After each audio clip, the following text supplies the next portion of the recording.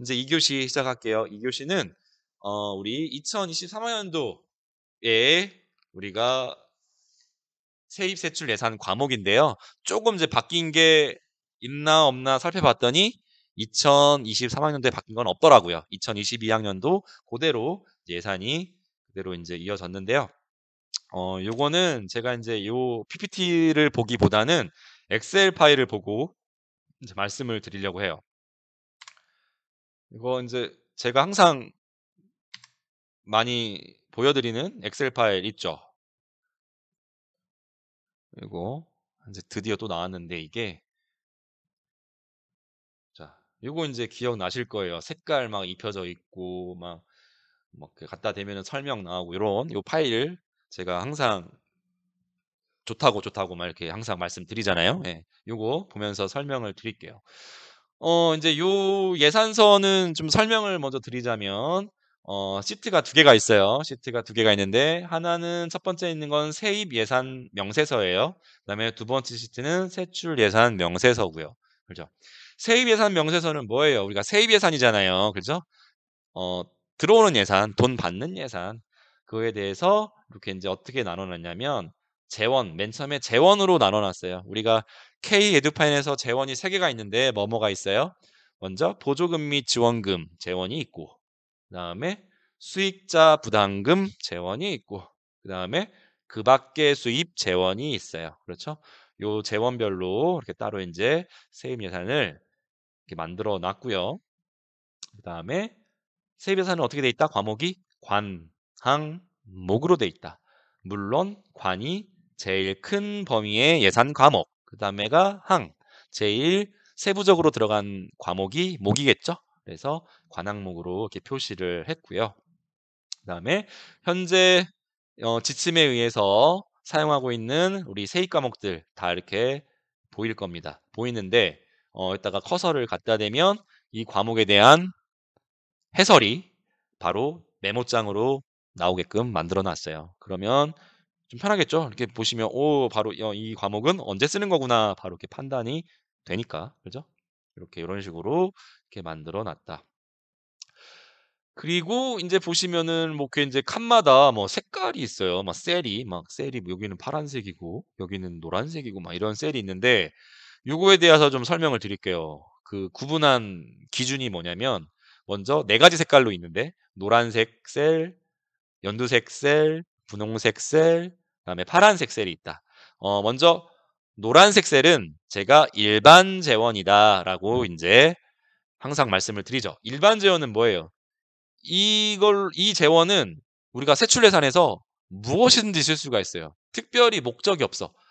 이 예산은 뭐 전기세로 써도 되고 뭐 인건비로 써도 되고 그죠? 뭐 교재교구를 사도 되고 뭐 다 할 수 있는 예산이에요. 그런 예산들은 바로 노란색 셀이다. 한번 볼까요? 뭐가 있는지. 유아학비가 그렇네요. 그죠? 28만 원 나오는 거. 그다음에 저소득층 유아학비 이것도 그렇네요. 그죠? 그다음에 또 뭐가 있어요? 뭐 특수교육 대상자 무상교육비, 외국 국적 뭐 유아학비 이런 것도 다 노란색이네요. 그죠? 그다음에 수익자 부담 경비에서 입학금, 수업료 이것도 노란색이래요. 이런 것들도 우리가 세출 예산에서 아무 예산으로나 만들어 쓸 수 있대요. 전기세, 뭐 인건비, 교재교육 다 가능하대요. 뭐 급식비까지 보조 가능하죠. 그죠? 다 가능하대요. 그래서 이런 것들. 그리고 또 뭐가 있어요? 뭐 우리 설치 경영자 이전 수입 있다고 하면 우리 설립자님이 그냥 유치원 돈 없으니까 너네 써 하고 주는 돈, 그 돈도 노란색. 그다음에 뭐 민간 이전 수입, 뭐 어떤 그냥 민간 기관에서 뭐 주는 돈 이런 것도 있으면 그냥 노란색 예산이래요. 그죠? 차입금, 빌려준 돈, 우리 뭐 은행에서 대출 받거나 그다음에 설립자님이 빌려주거나 한 돈도 노란색 예산이래요. 그죠? 그다음에 뭐 이자 수입, 뭐 그죠? 뭐 지난주도 수입, 뭐 그밖 행정활동 수입, 뭐 기부금 수입 이런 것도 순세계 잉여금 다 노란색 예산이다. 그러니까 요거에 연결된 우리 세출 예산 쓸 돈들은 우리가 구애받지 않고 아무 예산이나 다 만들 수 있다. 이렇게 이해를 하시면 되겠죠. 자, 오늘 맨 앞에 설명드린 거 기억나세요? 유아학비 집행잔액 어떻게 되는지 설명드렸죠. 다시 한번 봅시다. 이게 되게 좋아진 거예요, 유치원에는. 네, 이거 항상 지적을 했었잖아요. 하다가 이걸 왜 집행잔액을 왜 감액하냐. 항상 말씀드렸었는데 이제 그게 감교부 안 한다는 거죠. 그죠? 유학비를 쓰고 남은 돈, 그죠? 정당하게 받는 돈들을 쓰고 남은 돈에 대해서는 이거를 감교부했어요. 못 썼다고 해갖고. 근데 그게 올해는 감교부 안 하고 24학년도에 다 그냥 준대요. 그죠? 감교부 없음. 요거를 보시면 결국에 이 유학비를 이제는 다 쓸 필요가 기쓰고 다 쓸 필요가 없다는 거죠. 그죠? 예전에는 제가 항상 뭐라고 했어요? 무조건 다 써라. 남기지 마라. 왜? 감액되니까 남기지 마라 했는데 지금은 그럴 이유가 사실 없어졌다. 아, 물론 다 쓰는 게 좋죠. 유학비는 기본적인 취지가 그 해당 아이한테 그 한 명당 딱 정해진 액수대로 교부가 되는 거기 때문에 그 아이한테 다 쓰는 게 가장 이상적인 거예요, 사실은. 근데 뭐 정말 그 소액까지 신경 써서 쓸 필요가 없었다는 거죠. 왜냐하면 감액이 안 되니까. 그래서 예전에는 이거는 무조건 인건비 짜라. 그죠? 인건비는 다 쓰니까. 근데 이제 앞으로는 꼭 인건비만 고집할 필요도 없어졌다. 그죠? 그렇게 이해하시면 되겠네요. 그래서 유학비는 진짜로 이제 정말로 진정한 의미의 일반 재원이 됐어요. 예전에는 일반 재원이지만 정산 재원의 성격이 있다? 이렇게 이제 애매모호하게 제가 설명을 드렸어요. 그 정산 재원이라는 거는 나중에 집행 잔액 남으면 반납하는 감교부가 되기 때문에 제가 이제 그렇게 애매하게 설명을 드렸는데 인제야 비로소 우리 유아학비도 그냥 전형적인 일반 재원이 되었다. 수업료랑 같은 일반 재원이 되었다. 이렇게 말씀을 드릴 수가 있게 됐어요. 그렇죠? 그다음에 이제 우리 연도색 예산. 연도색 예산이 뭘까요? 우리 방과 후 과정반에서만 쓰는 일반 재원이에요. 우리가 유치원은 특수성이 있어요. 어떤 특수성이 있냐? 방과 후 과정반이라는 선택적 과정이 있어요. 모두 다 하는 게 아니에요. 그죠? 애들 전부 다 하는 게 아니라 일부 애들만 하는 과정이 있단 말이에요. 그게 바로 방과 후 과정반이라는 게 있는데 방과 후 과정반에서만 쓰라고 주는 돈이 있고 방과 후 과정반에서만 쓰라고 걷는 돈이 있어요. 그죠? 뭐가 있어요? 여기 보시면 있잖아요. 방과 후 지원금 우리 유학비 중에 방과 과정으로 내려오는 돈 7만 원 그거와 그다음에 뭐 저소득층도 따로 나오니까 제가 따로 별도로 이렇게 표시를 했고요. 그다음에 이제 엄마들이 내는 수업료, 그죠? 엄마들이 내는 우리 수익자 부담 경비에서 방과 과정반 수업료, 우리 돌봄비라고 하죠. 요것들. 그다음에 이제 요게 조금 이제 제가 이거를 만들면서 조금 이게 좀 아쉽다라는 생각이 드는 게 이번에 예산 편성 기본 지침에 어떻게 나오냐? 우리 편성 지침이 중요하니까, 그죠? 예산 편성 기본 지침을 한번 보시면 예산 편성 기본 지침 25페이지를 한번 볼게요. 25페이지 보면 계속 질문 많이 나왔어요. 우리가 외국 국적의 아이들이 우리 지원금 받으면 어디다 편성하나요? 물어봐가지고 저는 예전에 사실은 저 같으면 제 특성상 분명히 공통과정지원금에 편성하세요라고 했었을 거예요. 근데 이 지침이 이제 나왔잖아요. 이 지침의 예시에 보니까 딱 여기에 써 있어요. 외국 국적 아이의 그 방과 과정반까지 포함해가지고 그 돈을 이 교육청 보조금, 일반 운영 보조금 수입에 있는 교육청 보조금에 편성하래요. 특수교육 원화 지원금도 우리 일반 운영 보조금 수입에 편성하래요. 그죠? 그러면 당연히 특수도 방과 포함되는 상황이겠죠. 뭐 가로는 없지만, 그죠? 그래서 저는 여기다 그냥 편성한 거예요. 일반 운영 보조금 수입, 교육청 보조금 수입, 일반 운영. 그래서 혹 조금 이렇게 많이 아시는 선생님들께서는 분명히 아마 이런 말 하실 거예요. 특수교육 대상자 무상교육비 중에서 방과후로 내려오는 8만 원은 이거 일반 운영 보조금 수입이 아니라 이 방과후 과정 운영 보조금 수입 여기에다가 우리 편성해야 맞지 않을까요? 라고 이제 물어보시는 분들이 분명 계실 거예요. 그죠? 뭐 사실 상식적으로는 그게 맞을 수도 있고요. 근데 우리는 그냥 지침에 의해서 하면 되는 거예요. 그죠? 지침에 방과 후 과정비 포함해가지고 일반 운영 보조금 수입 여기 교육청 보조금에 편성하라고 나오잖아요. 여기 보면 나오잖아요. 그죠? 여기. 그렇기 때문에 그냥 묻고 따질 거 없이 그냥 편성하시면 되는 거예요. 단 이거를 뭉뚱그려서 두 가지를 뭉뚱그려서 편성하시면 안 되겠다. 제가 유아학비 지원 계획을 보니까 명시가 되어 있더라고요. 방과후로 내려오는 돈 8만 원, 그 다음에 교육과정비로 내려오는 돈 25만 4천 원. 물론 이건 최대치인 거고 얘가 부담해야 되는 원비 안에서. 그렇죠? 그래서 어쨌든 별도로 있기 때문에 우리가 정산을 위해서는 이렇게 별도로 나누어서 편성하는 것이 맞을 것 같다. 그래서 저는 이렇게 편성했어요. 그래서 이거에 대해서 의문을 가지는 우리 선생님들도 분명 계시겠지만 그냥 우리는 이 예산 편성 기본 지침에 의해서 그냥 편성한다. 그렇죠? 요거 예시에 의해서 이렇게 이해를 하시면 되겠네요. 그리고 우리가 이게 이제 뭐 이렇게 여기에 강박관념을 가질 필요가 없어요. 우리가 뭐 좀 틀렸다고 해가지고 예산 항목을 조금 잘못 잡았다고 해가지고 뭐 그거 가지고 우리가 큰 문제 생기는 거 아니기 때문에 나중에 정산만 잘 하시면 되죠. 물론 이제 옳게 잡아야 맞겠지만 우리가 거기에 꼭 강박관념을 가질 필요는 없다. 그죠? 그렇게 일하시면 되겠어요. 자, 우리가 이제 연두색 예산까지 봤네요. 그죠? 연두색 예산은 방과 후 과정반에서만 쓰는 일반 재원. 그죠?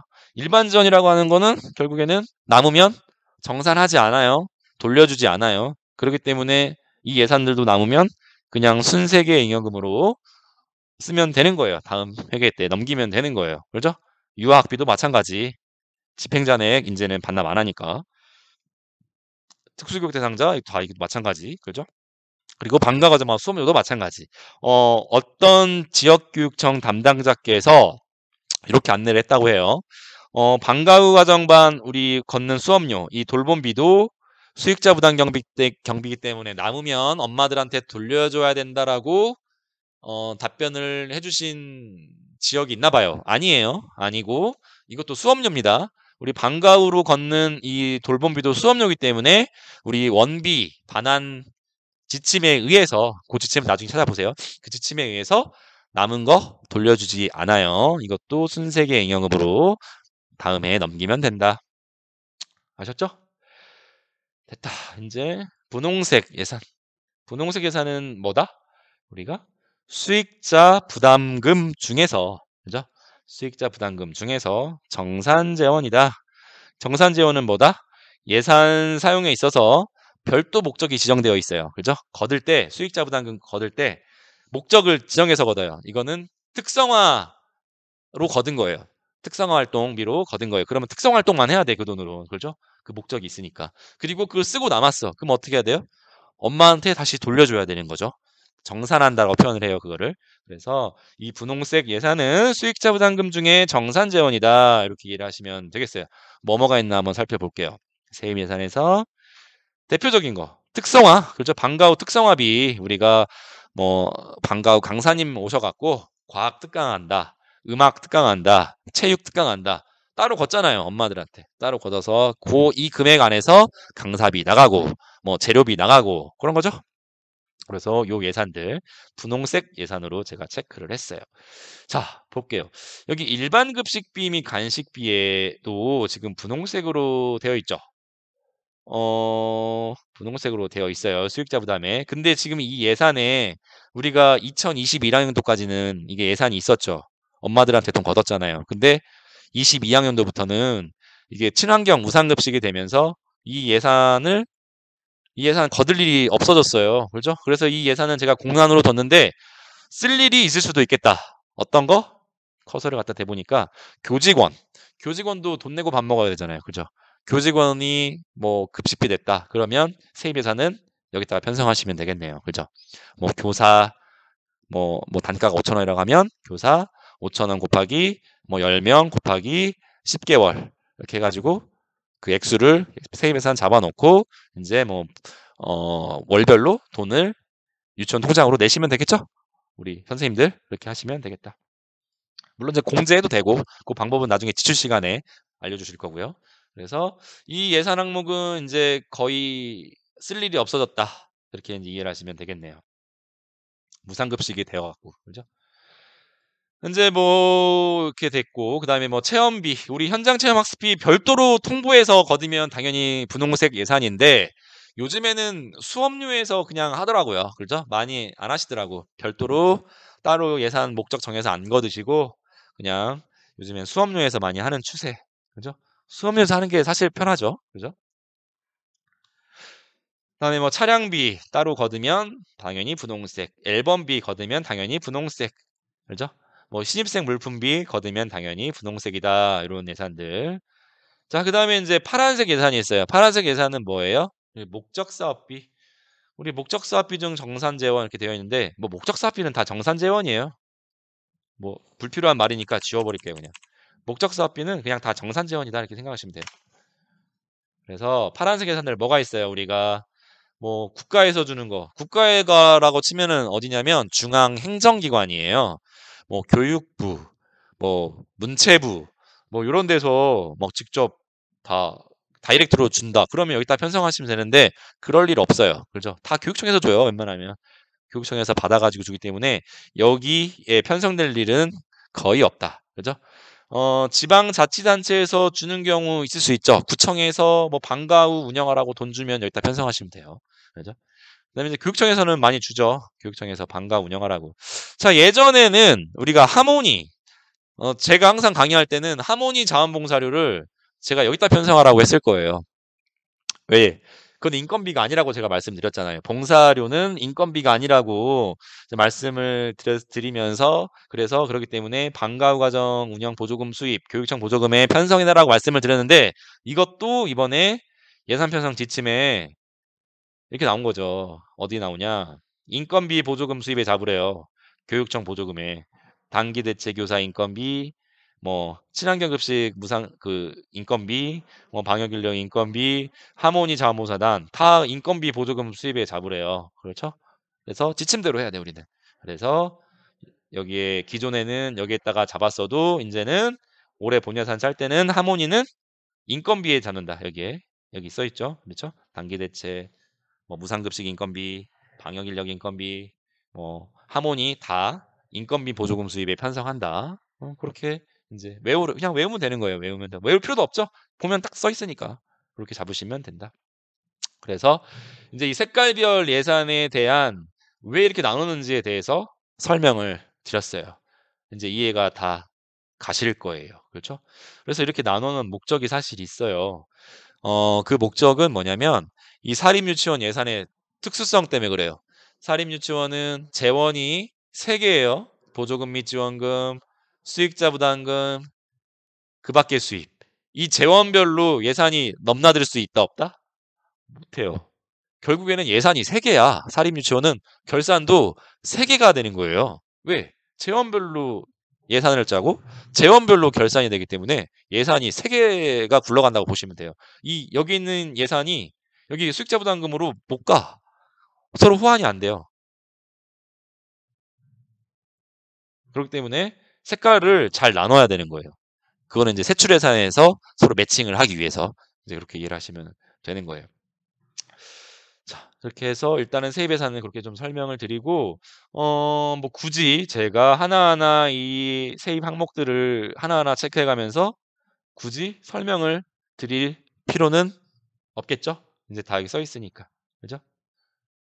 굳이 이제 설명을 드린다고 하면, 뭐가 좋을까? 뭐 요거 한번 설명 드려볼게요.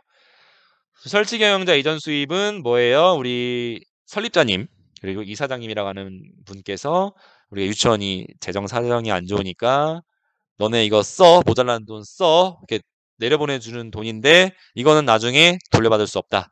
돌려받으려면 당연히 차입금으로 예산을 편성하셔야 된다. 그렇게 이해를 하시면 되고요.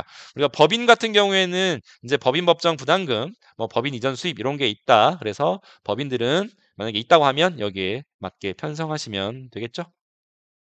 민간 이전 수입 이거 없어요. 뭐 있을 리가 없어요. 민간 이전 수입은 뭐냐면 공공기관에 해당하지 않는 그렇죠. 공공기관들이 주는 돈을 일단 편성하래요. 공공기관이라고 하면은 우리가 뭐 이렇게 공기업 이런 거가 공공기관이거든요. 그런 데서 주는 돈을 일단 편성하래요. 근데 뭐 줄 일이 있을까는 모르겠어요. 뭐 혹시 뭐 한전에서 뭐 어떤 요건으로 돈을 주면 일단 편성하면 되겠다. 그죠? 뭐 혹시 공공기관에 해당하지 않는 뭐 일반 회사, 기업 이런 데서 돈 주면은 당연히 후원금으로 처리하시면 되겠고요. 차입금은 이제 뭐예요? 돈을 빌려온다는 소리죠. 뭐 유치원을 운영을 위해서 금융기관 등에서 대출을 받은 금액. 기본이 있는 대출인데 대출 아니고 뭐 이사장님이 그죠? 설립자님이 그냥 개인 돈을 주는 경우가 대부분이죠. 그렇죠? 단기 차입은 뭐예요? 단기예요. 그 회계연도에 상환할 것이 예정된 경우를 단기 차입이라고 해요. 그러니까 당장 본 예산 짜는데 뭐 세입 추계를 내보니까 한 1,000만 원 정도가 모자라. 아우 아무리 해도 1,000만 원이 모자라. 근데 1,000만 원은 무조건 써야 돼. 세출해서 써야 돼. 그러면 그 1,000만 원을 메꾸기 위해서 설립자님이 내 돈 1,000만 원 그냥 빌려주시는 거예요. 그렇죠? 그리고 나서 이제 한 연말쯤 되면은 이것저것 긁어 모아서 돈이 남으면 그거로 다시 돌려받는 돈 이렇게 생각하시면 되는 거예요. 그거를 회계연도가 지나기 전에 다시 돌려받는다 해서 단기 차입금이라고 해요. 장기 차입금은 그 외에 차입금이니까 조금 이제 액수가 크겠죠. 단기보다는. 커 가지고 뭐 이번 회계에 일부 상환받고 다음 회계에 또 일부 상환받고 뭐 이렇게 좀 진행되는 차입금 이렇게 이해를 하시면 되겠어요. 그다음에 이제 적립금 이전 수입 뭐예요? 적립금에서 이전된 수입이다 이렇게 이해를 하시면 되는데 적립금이란 건 뭐예요? 우리가 적립을 했다. 어떤 돈을 목돈을 쓰기 위해서 몇 년에 걸쳐서 뭐 우리 계획에 가면 5년이 최고죠. 5년 동안 뭐 공사를 하기 위해서 한 회계연도에서 뭐 한 1억씩 우리가 십시일반해서 모았다. 그거를 5년간 모았더니 그게 뭐 한 이자까지 포함해서 한 6억이 되었다. 당연히 별도 통장 적립할 때는 뭐 정기예금 이율 높은 걸로 하겠죠. 그거를 이제 비로소 올해 집행하려고 올해 돈을 쓰려고 그거를 유치원 회계로 6억을 입금한 거죠. 그죠? 그거를 그 통장에서 바로 쓰면 안 돼요. 그 돈을 쓰려면 다시 유치원 회계 통장으로 입금해야 돼요. 당연히 유치원 회계 통장에 입금을 했기 때문에 세입 예산을 편성하고 뭐 징수결의, 수입, 수납 다 처리해야 되는 거죠.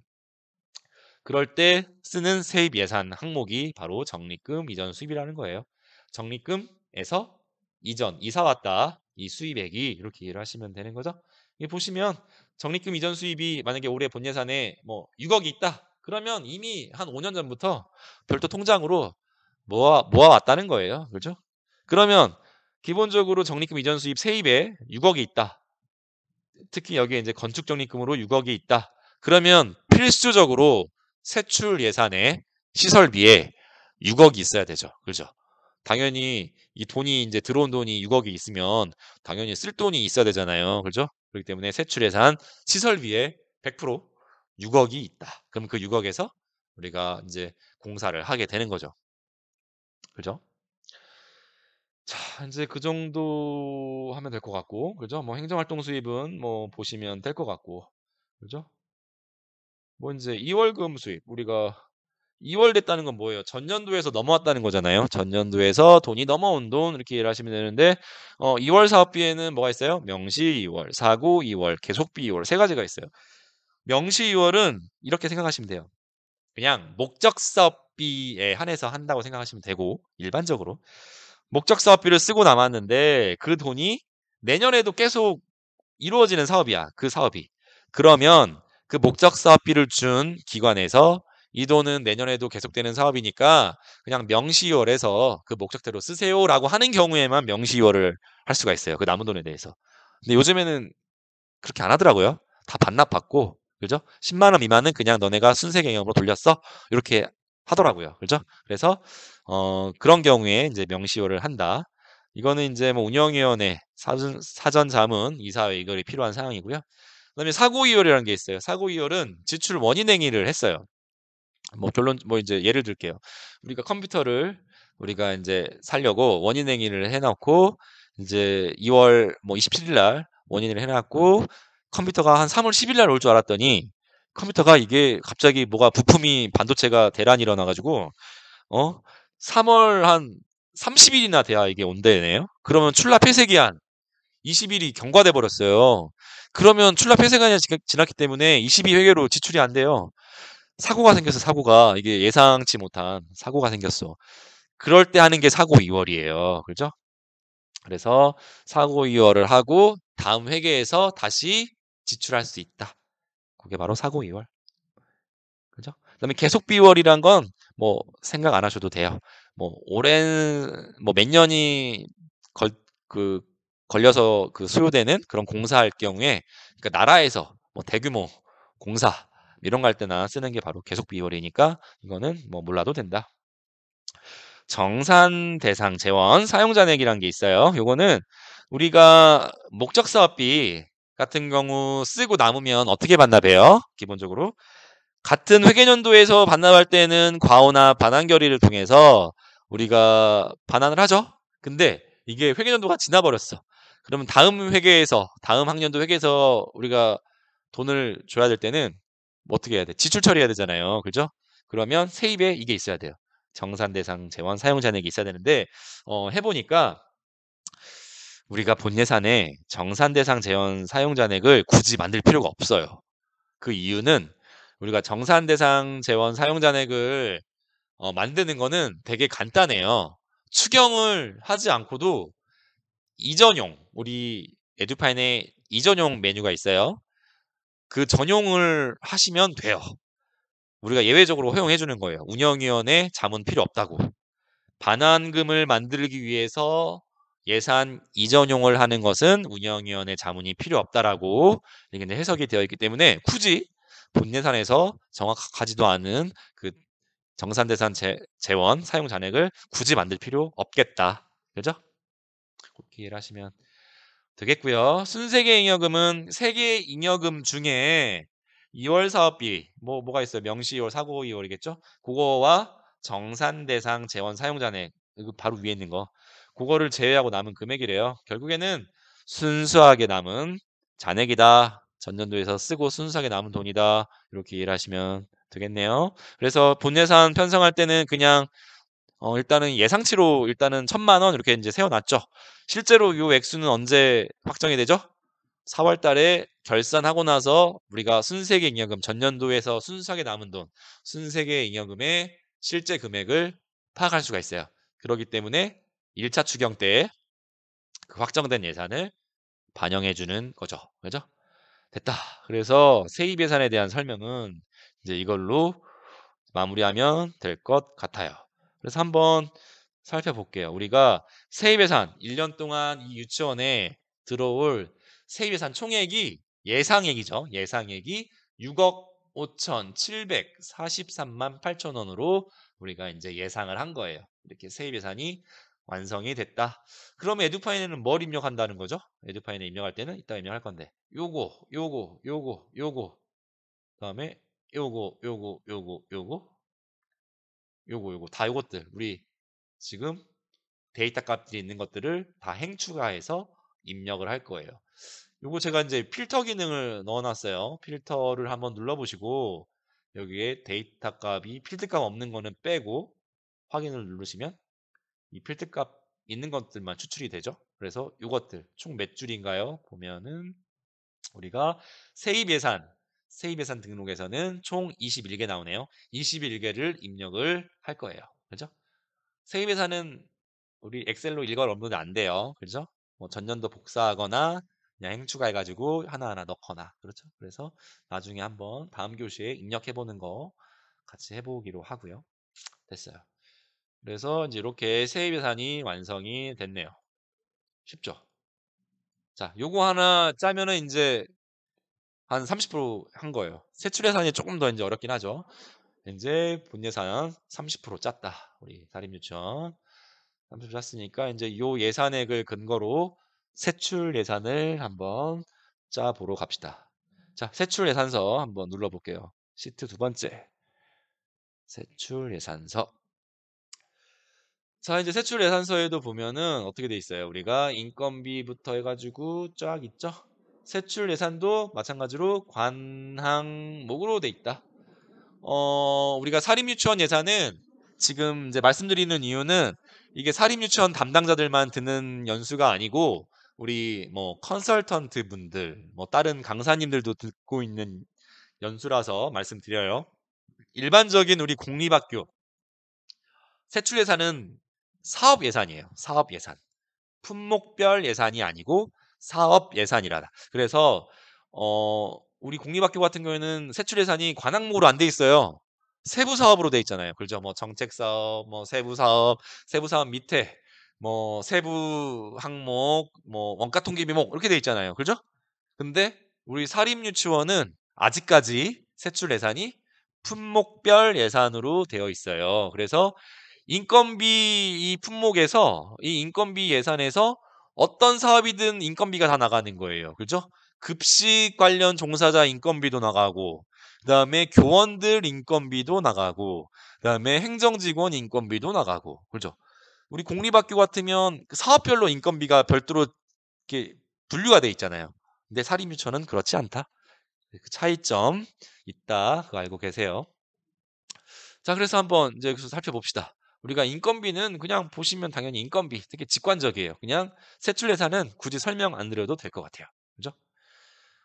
이제 교원급여 한번 살펴볼게요. 교원급여 우리 예산이 있는데 만약에 그 사립유치원에 채용된 영양 담당하시는 분이 교사 신분이다.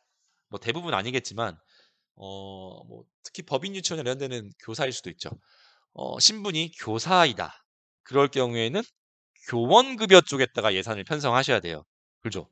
영양교사니까 행정직이 아니니까. 그죠? 그래서 목적사업비 교부된 거에서 인건비 거기에서 우리 영양교사의 인건비를 여기에다 편성하시면 되겠다. 그럼 색깔은 뭐가 돼요? 목적사업비니까.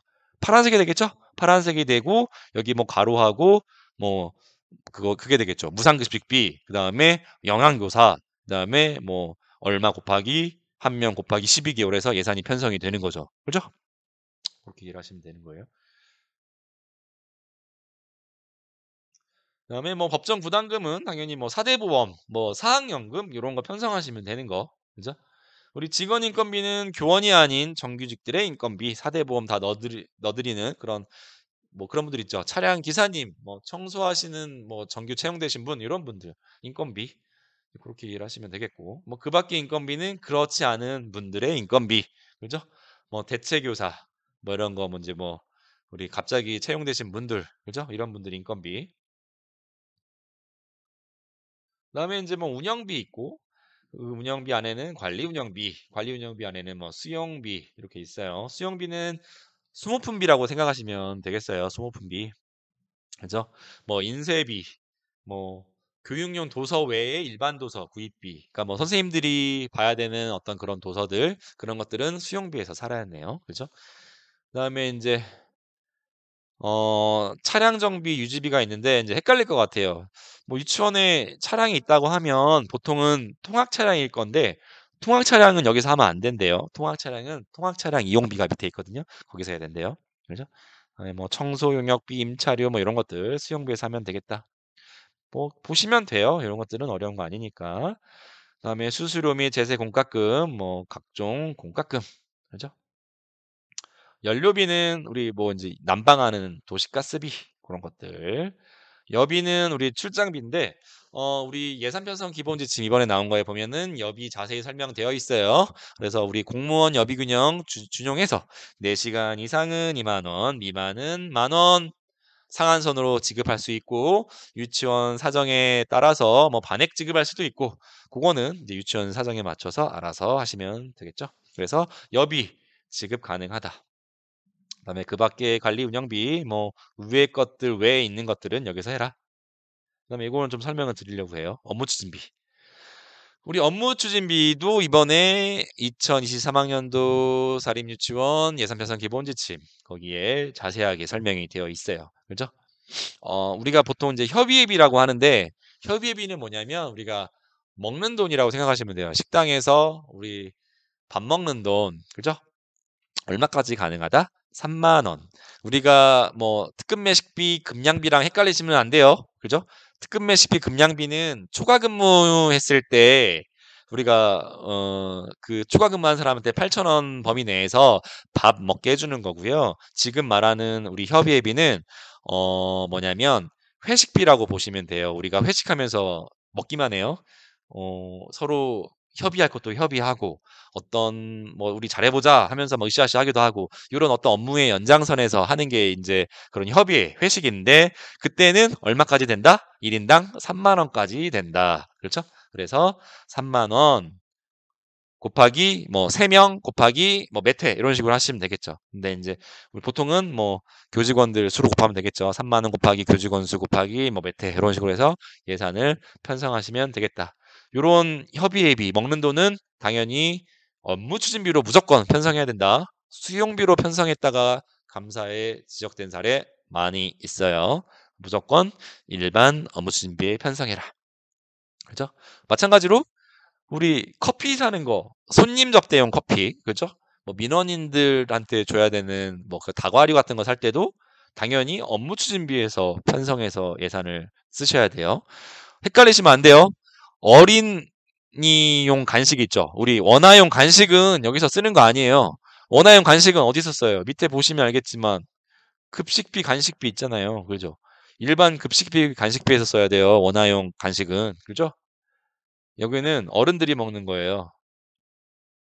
여기서 말하는 업무 추진비에서 말하는 다과 구입은 우리 어른들, 그죠?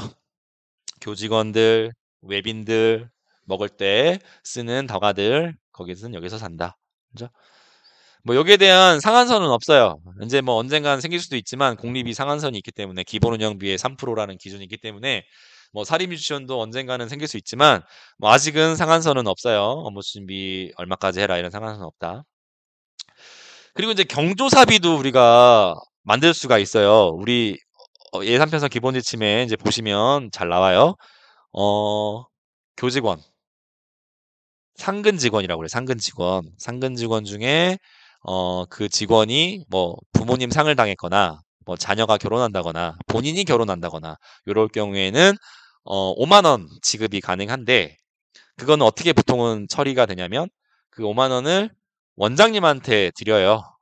찾아서 원장님한테 드리면 그 원장님이 행사장 가실 거 아니에요. 결혼식장 가시고 그다음에 장례식장 가시고 그때 현금으로 전달자 역할을 할 수가 있어요. 그죠?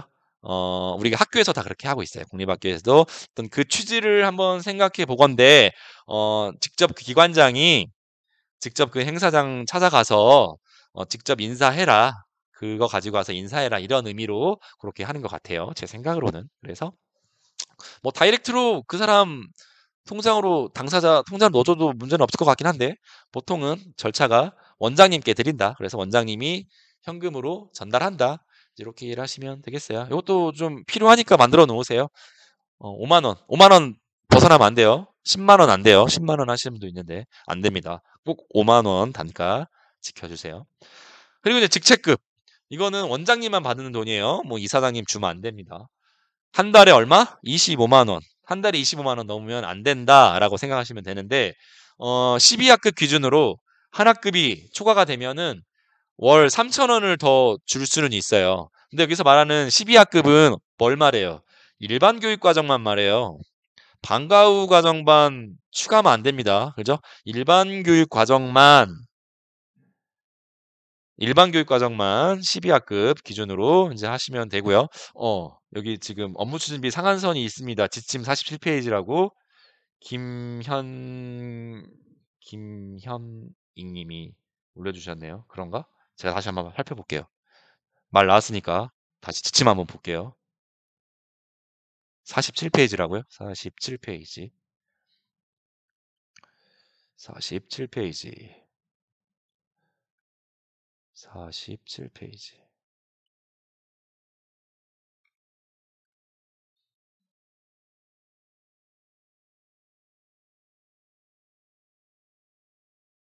그러네. 아, 있네. 그러네요. 아, 지적 잘해주셨어요.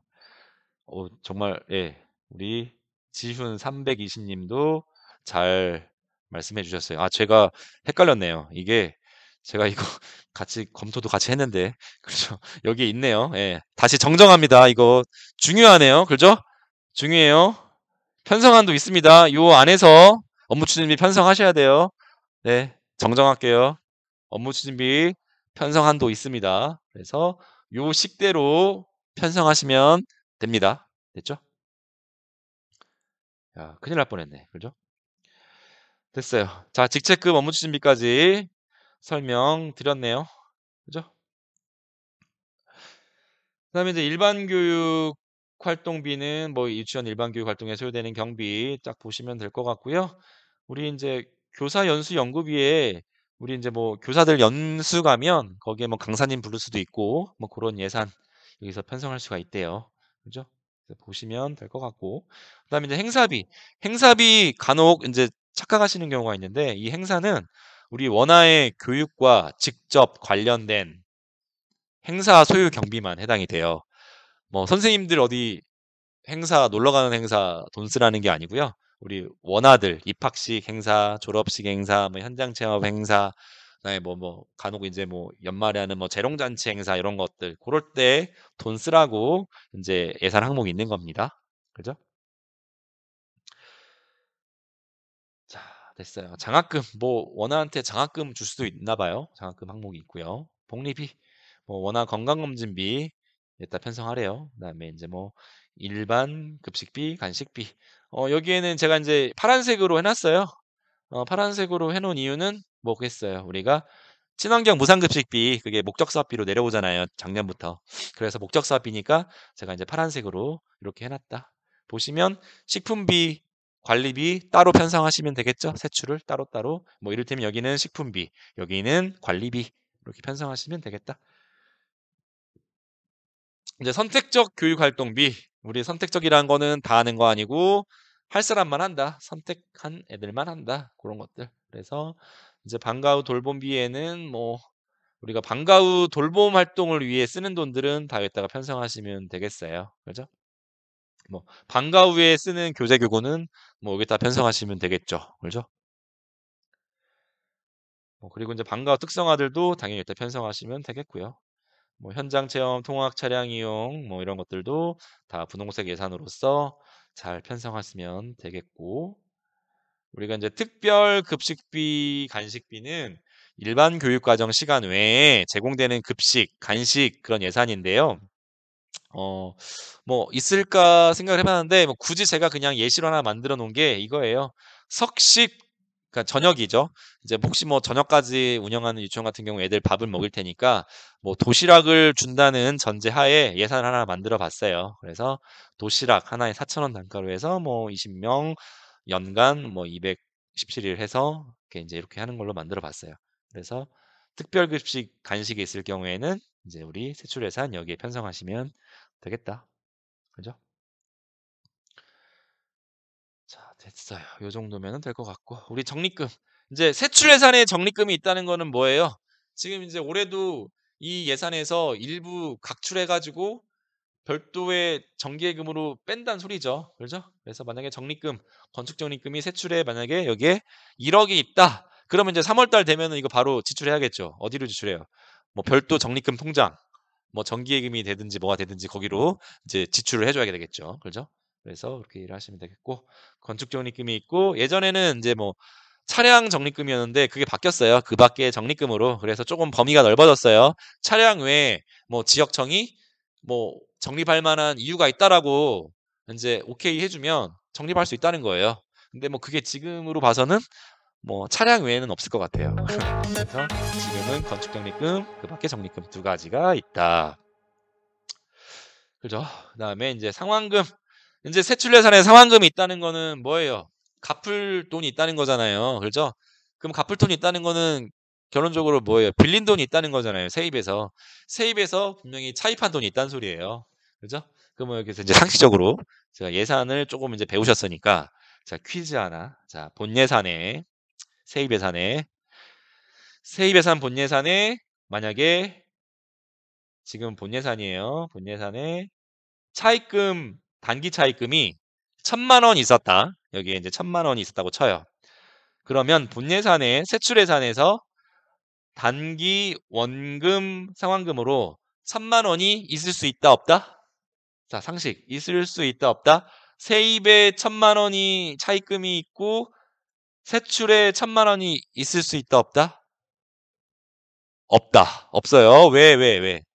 왜냐면 당연히 이 차입금이 1,000만 원이 있다는 거는 세입에 차입금이 있다는 거는 지금 세출해서 쓸 돈이 1,000만 원이 모자라 가지고 빌려온 거잖아요. 그렇죠? 그러면 그 빌려온 돈을 뭐 다른 인건비에서 쓰려고 빌려온 건데 떡하니 바로 그냥 상환금에다가 1,000만 원을 또 넣어놔 봐요. 그러면은 그 1,000만 원은 똔똔이 되는 거잖아요. 그죠? 무슨 말씀이 이해되죠? 빌려온 돈, 세입 예산에 빌려온 돈을 또 갚을 돈에 바로 넣으면은 이게 똔똔이 된단 말이에요. 그래서 정작 다른 데 못 써. 그렇기 때문에 본 예산에 차입금이 있어도 본 예산 세출에는 상환금이 있으면 안 된다. 이렇게 이해를 하시면 되겠죠? 그러면 이 상환금은 단기 상환금은 언제 만들 수 있어요? 인제 계속 운영을 하는 거예요. 회계를 운영하다가 인제 뭐 한 2월 달쯤 되면 이것저것 돈이 남을 수가 있어요. 그죠? 그럼 그 남은 돈들을 추경을 통해서 긁어 모아. 그죠? 긁어 모아서 1,000만 원 되면은 일단 만들어 놓고 그죠? 그 1,000만 원을 우리 빌려주신 뭐 대출 받으면 뭐 은행, 뭐 설립자님이 빌려줬으면 설립자님한테 다시 돌려주면 되는 거예요. 그죠? 결국에는 상환금은 뭐 2월 달이나 돼야 이제 사정이 좀 좋아지고 하면 그때나 추경으로 만들 것이다. 이렇게 이해를 하시면 되겠죠. 자, 이해 가시죠, 다들? 자, 이제 설비 비품비가 있어요. 뭐 이제 요것들은 뭐 시설비는 당연히 공사비일 거예요. 공사비. 그죠?